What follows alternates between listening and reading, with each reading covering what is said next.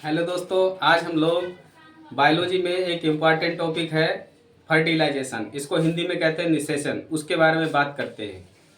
देखिए, ये जो टॉपिक पढ़ाने हम जा रहे हैं ये टॉपिक बहुत ही इम्पॉर्टेंट है। और दूसरी बात यह है कि सभी एग्जाम में ये बात पूछी जाती है कि निषेचन क्या है, किस प्रकार का होता है।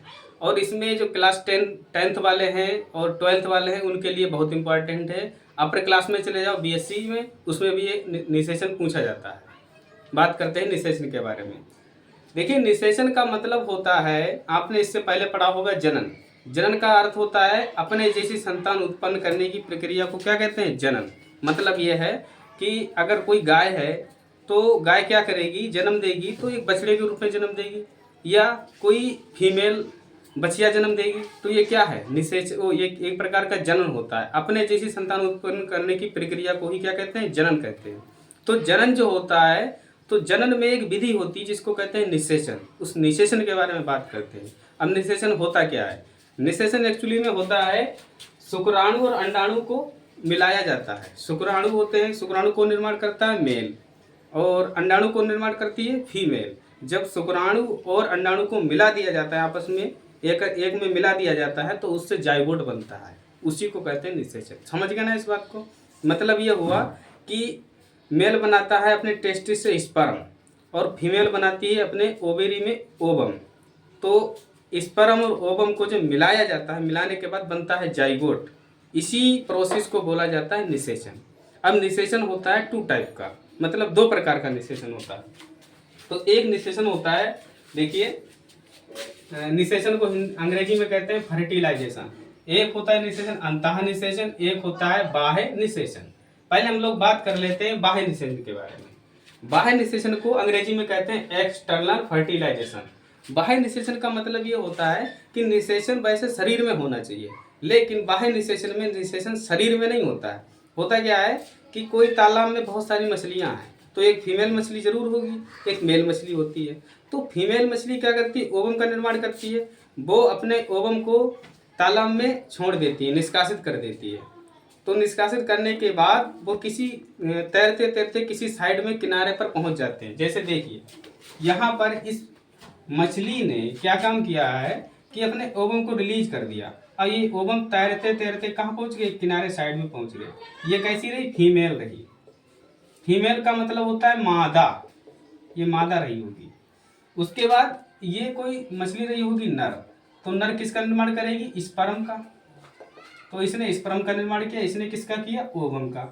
तो ये ओवम दोनों, इसने भी निष्कासित कर दिया स्पर्म और इसने भी ओवम को निष्कासित कर दिया। दोनों ये ओवम थोड़े गोल होते हैं, स्पर्म होते हैं, उनमें एक एक टाइप की पूंछ होती है जिसमें चलन क्रिया होती है। तो दोनों तैरते तैरते पहुंच गए साइड में, और साइड में दोनों ने आपस में मिल गए। और स्पर्म और ओवम का मिलना ही क्या कहलाता है, निषेचन। जब दोनों मिल गए तो धीरे धीरे ये बन जाएगा जाइगोट। तो तुरंत फीमेल मछली जाएगी, उसको एक्सेप्ट कर लेगी, और एक्सेप्ट करने के बाद धीरे धीरे छोटी छोटी मछलियों का जन्म हो जाता है। तो मतलब ये हुआ कि बाह्य निषेचन जो शरीर के बाहर होता है उसे कहते हैं बाह्य निषेचन।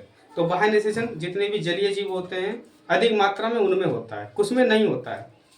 जैसे मेढक की बात करते हैं तो मेढक में बाह्य निषेचन होता है, मछली में बाह्य निषेचन होता है, और भी जंतु होते हैं, एनिडा वाले संघ होते हैं, एनिलिडा वाले, उनमें भी होता है।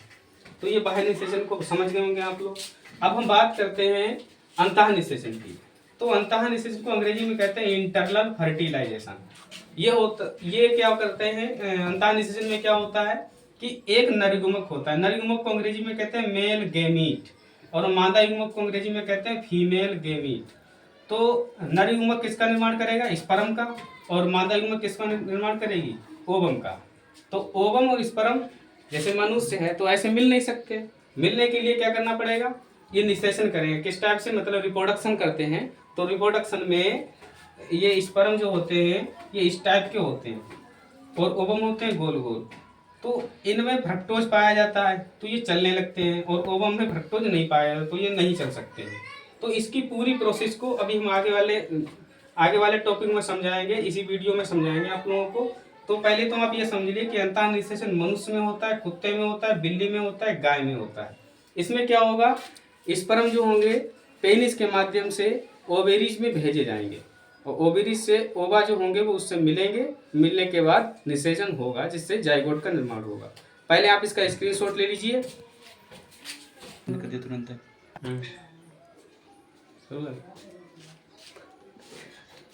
हाँ देखिए भाई, अब हम लोग बात करते हैं अंतः निषेचन की। अब अंतः निषेचन मनुष्य में किस प्रकार होता है उसके बारे में हम बताएंगे।